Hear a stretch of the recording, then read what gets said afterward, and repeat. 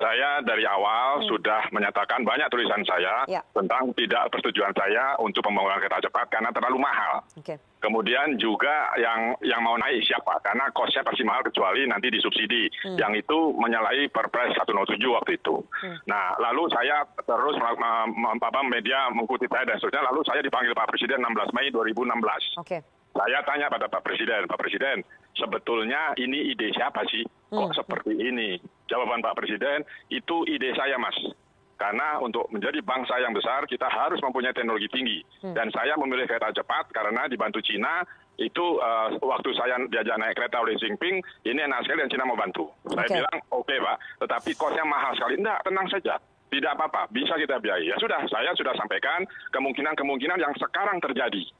Jadi kalau sekarang berkomentar lagi, ya saya sudah sampaikan langsung pada Pak Presiden dan ini sekarang terjadi. Nah ini belum apa-apa. Yang nanti saya khawatirkan, ketika operation maintenance kereta ini sudah jadi, itu juga sangat tinggi. Lalu yang mau naik siapa? Karena jurusannya hanya dari Halim sampai Padalarang, tidak lagi sampai Bandung. Tidak berhenti di Kerawang, tidak berhenti di Walini. Sehingga pertanyaan saya, kalau kita mau ke Bandung, naik kereta cepat, katakan 40 menit, tapi habis itu turun kereta, lalu sambung apa? Angkot, bus, atau kereta parahyangan, itu merepotkan. Karena orang membawa bagasi, lalu menggendong anak, kan susah. Sehingga pertanyaan saya, siapa yang mau naik? Ketika yang mau naik sedikit, tentu cost untuk operation maintenance-nya naik. Lalu kapan kembalinya itu bisa dihitung, ada hitung-hitungannya. Karena saya punya proposal yang dibuat oleh Jepang dan proposal yang dibuat oleh Cina. Tapi Pak Agus sekali lagi, apakah kemudian ini menunjukkan meskipun Anda dan mungkin para pengamat yang lainnya sudah pernah mengingatkan Presiden, ini menunjukkan bahwa ada skema perencanaan yang salah ya? Bukan yang salah setelah berjalan, dari dulu juga salah. Makanya saya bilang kan terlalu mahal. Karena saya sudah pastikan, saya sampaikan pada Pak Presiden, pasti akan ada hal-hal yang membuat Pak Presiden repot. Nah sekarang ini yang terjadi. Ya kan, jadi bukan salah karena sudah jalan lalu salah, enggak. Memang dari awal itu hitung-hitungannya. Kalau yang dibuat oleh Jepang itu kan, ini kan proyek Jepang, lalu diminta paksa oleh pemerintah diberikan pada Cina. Ini bukan pakai tender ya. Pejabat negara yang selalu menjadi kepercayaan pemimpin populer, ya dia lagi, ternyata sekarang tugasnya ditambah untuk menyelesaikan proyek kereta cepat Bandung-Jakarta. Triliunan anggarannya untuk membangun dengan harga lebih mahal daripada membangun kereta Beijing-Shanghai yang berbatu, bergunung yang terjal secara harga per kilometernya. Membangunnya di saat negara lagi miskin lagi, tak beruang, ditambah ekonomi rakyat bawah Senin Kemis. Sementara pejabatnya hanya peduli pada maunya oligarki. Jadinya membangun jaringan kereta cepat itu harus, sekali lagi harus, dan pastinya pakai hutang. Lalu dengan hutang yang kelewat besar tersebut, apa balik nilai ekonomis dengan banyaknya komuter orang yang pakai transportasi kereta cepat tadi? Pertanyaan berikutnya, apa sih urgensinya membangun proyek mercusuar seperti begitu? Proyek itu kalau kita bandingkan dengan uang yang sama buat beli kapal nelayan misalnya, nelayannya kaya, rakyat dapat makan sehat ikan, perompak hasil kekayaan laut Indonesia, kapal-kapal asing terusir, Indonesia nelayannya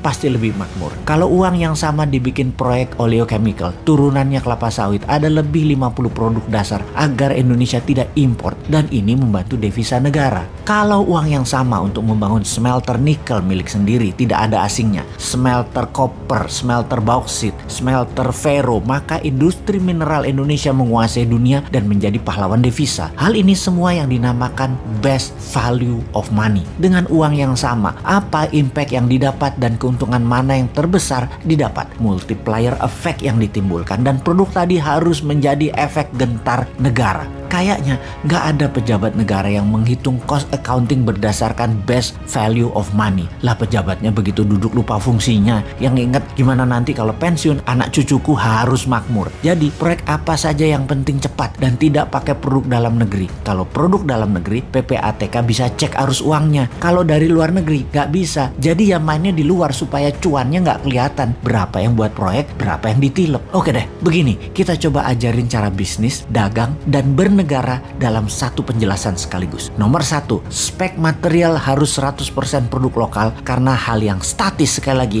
harus produk lokal. Mending Krakatau Steel yang buat relnya karena sisanya seperti bantalan dan jaringan-jaringannya yang statis dan elektrik lokal bisa. Tentunya dengan bimbingan yang memiliki lokomotif penarik gerbongnya. Lalu gerbongnya buatan Madiun PT Inka. Jadi hanya lokomotif dan teknologi high speed train yang dibutuhkan dari pihak asing yang ternyata tidak lebih 20% nilai nilai proyek. Ingat, filosofinya kereta cepat atau alat transportasi massal adalah memudahkan perpindahan manusia dari tempat tinggalnya ke wilayah produktif lainnya. Dalam jarak Jakarta-Bandung, ada 3 pemberhentian baru. Jangan yang punya oligarki seperti Grup Lipo, Mekarta, Sinarmas pemberhentiannya. Harus lahan baru milik BUMN yang akan dibangun 1 juta tempat tinggal murah, cicilan tanpa bunga yang dibangun low-rise apartemen, high-rise apartemen, dan land house yang lengkap dengan sekolah, pasar, rumah sakit di setiap wilayah. Murahnya lahan, bangunan murah karena tanpa bunga akan memindahkan 1 juta manusia ke wilayah tempat tinggal baru yang bukan milik oligarki Dracula penyedot hak rakyat dan oligarki perubah peraturan pemerintah sesuai dengan maunya dan keuntungan mereka yang akan meningkatkan keuntungan mereka untuk menjadi sponsor politikus. Profit margin penjualan properti tadi akan menjadi pengurang nilai investasi dan penurun harga ongkos biaya kereta api tadi. Itu baru namanya game changing. Wis,